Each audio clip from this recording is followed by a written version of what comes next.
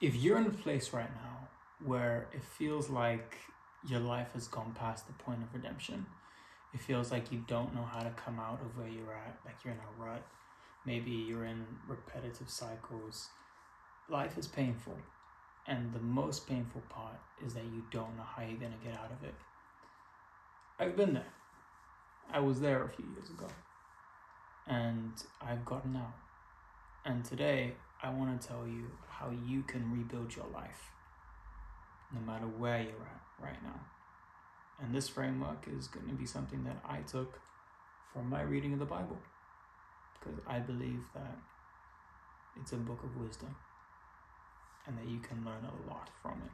It's not going to be the way you think it is. It's not going to go how you think. It's not going to be some fancy method. It's going to just be 3 easy steps on how you're going to do it. So let me just first say that if your life is in a place of brokenness, it doesn't matter how you got there. At least for this method, it doesn't matter how you got there. You can sit and blame yourself. You can be mad. You can get angry all the time. Either way, you gotta fix your life. If someone messed you up or if you messed yourself up, you gotta fix your life. So that's the first thing I'd say. Pre the 3 steps, you gotta fix it. I'm taking this from the creation story about how sort of God created the earth. In a nutshell, basically the world has been destroyed. The world is in darkness. There's nothing that's working. There's almost no ground. This thing that God created is now in pieces. And this is how God responds. This 3-step process has 3 S's to it. And if you apply these 3-step processes, it's going to help you with the first phase of putting your life back together. Because it's doable. And I've seen people come back from horrible things. Failures, death. Even things that you might not think are a big deal. Like maybe you're fat right now. I'm really not helping myself. But really, maybe you are, and maybe you don't feel like you can overcome it. It's overcomable. Step 1, still. You see, when the earth was broken, and when everything was shattered and basically it looked like chaos was happening, it says, Genesis 1:2, it says, and the Spirit of God hovered over the face of the waters. So everything is broken and in pieces. And you see, God's not running around trying to fix it like, he's just sitting over the destruction like this, hovering. In fact, some translations say he's brooding, he's thinking. And when your life is broken, there's a temptation to just try and run around and fix everything. It's really tempting to just run and just fix everything and just say, hey, all right, this thing broke. Okay, let me just try and fix that. And this relationship, let me just call them and say sorry. And you're running around. And you know what? Here's something that you've probably realized that I had to realize the hard way. When your life is in chaos, the more you try and fix it, the more you break it. Especially if you're a guy, you try and fix everything. But the more you try and fix it, the more you break it. So what does God do? He sits, right? You think God, the person who can do anything, sees a broken planet and goes, nah. He's still. Because he's trying to show you what to do. If you want to rebuild your life, stop working. Stop working. Sit still and relax. Or sit still. Just sit still. And just observe everything. Observe. Observe the patterns of your life. Observe what got you there. Because can I tell you the reason why you're working so hard is because you don't want to face the reason why you're here in the first place. You know that working isn't going to fix what got you out of this. You know it's something in you that you need to fix. But you won't get that until you sit by yourself. You need to sit by yourself to be able to see what's in you. And it's not laziness. The laziest thing you can do is work as hard as possible. Because it's the easiest thing to do. Sit, think. how did I get here? Not in a pity way, in a practical way. What did I do? What did I not do? And for the most part, you will probably find that someone has already told you and you just didn't want to hear it. What's hurting in me that I didn't want to look at? Because stillness, when you're still, everything that's in you that is raging, and all the pain, everything, it just comes out. It comes out in anger, it comes out in tears, it comes out. It all comes out. Step 2. If you want to put your life back together, after you've been still, speak. Second thing, God, right after he's done, after he's watched, after he's hovered over his broken project, he says, let there be light. Which is really weird, because why doesn't God just put light there? He says, let there be light. Right? After stillness comes speech. Now, here's the weird thing that you got to realize. I've done a video on like quantum entanglement and like the power of like words and the law of attraction. Well, it was more about the law of attraction, but it links into the power of words. And what you have to realize is that your life is voice activated. I took that from my mentor, Toby O'Reilly. Just to quote him. Your life is voice activated. That's what you got to realize. You don't even know that when you speak, your words are programming yourself. Because most likely the reason why you're here is because of programming. Right? Your next phase of life won't begin until you put it in your mouth. You have to speak tomorrow to come today. And this isn't some metaphysical stuff. This is neuroscience. It was even observed in philosophy. I think, therefore I am. As a man thinks in his heart, so is he. Death and life are in the power of the tongue. I don't know how many references you need me to give you, but you got to say what you want to see until you see it. Because the next thing it says that, and God saw the light.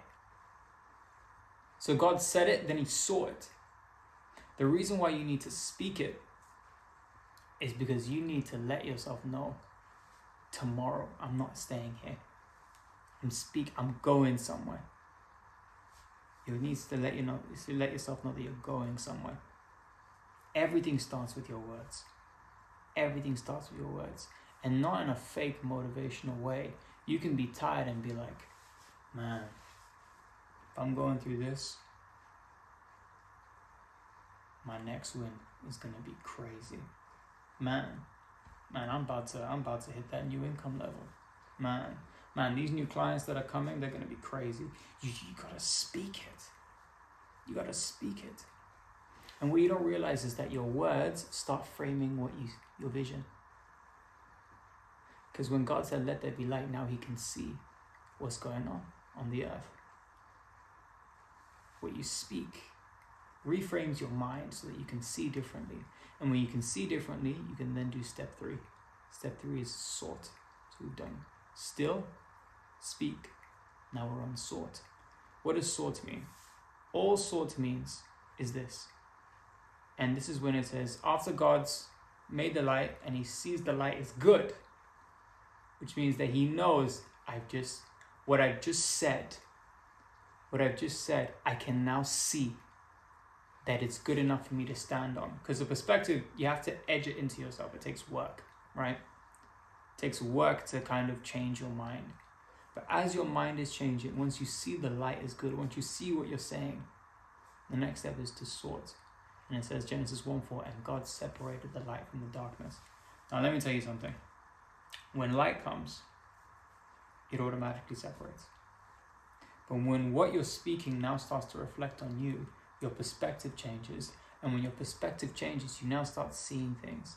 I remember when I was in such a bad place, I just started saying to myself, man, I'm a billionaire in the making. I'm a millionaire in the making. I start saying that to myself. I don't feel like saying it. I'm actually angry when I'm saying it. I feel so stupid. But the more I'm saying it, I start seeing things. And things start making sense in the context of what I'm saying. I see a trouble that comes to me and I'm like, oh, every single billionaire that I watch, They always say some crazy stuff happens to them. Oh, this is my crazy origin story. Okay, never mind. My bad. But you see, God separates the light from the darkness. I'll tell you what this also does. What you speak to yourself reframes your mind, and it tells you what can and can't be in your life anymore. Light from darkness. You separate maybe the friends. You separate maybe your old beliefs. You separate even clothes. You start separating your life. Because what it takes is the structure. There are things in your life that are there right now that shouldn't be there. And the reason why they're there is because you can't recognize the detrimental part that they're playing in your life. Sorting is when you say, this is staying, this needs to go. And the only way you can see what to sort is because your words have programmed your mind. And you look crazy until you win. You look crazy until you win. That's how it works. Because there's an old version of you that has resulted in where you are right now. So you need to speak to yourself who you really are. Who you really want to be. I'm telling you, you create who you are. This is psychology. This is not heebie-jeebie stuff. This is psychology. This is neuroscience. We've just started to think that it's just weird, because some people have made it sound very weird. They go in the mirror, they're like, I'm rich. No. It's you say it until you see it. And when you see it, that's when you know you've got it. And you just keep doing it until it affects the decisions you make now.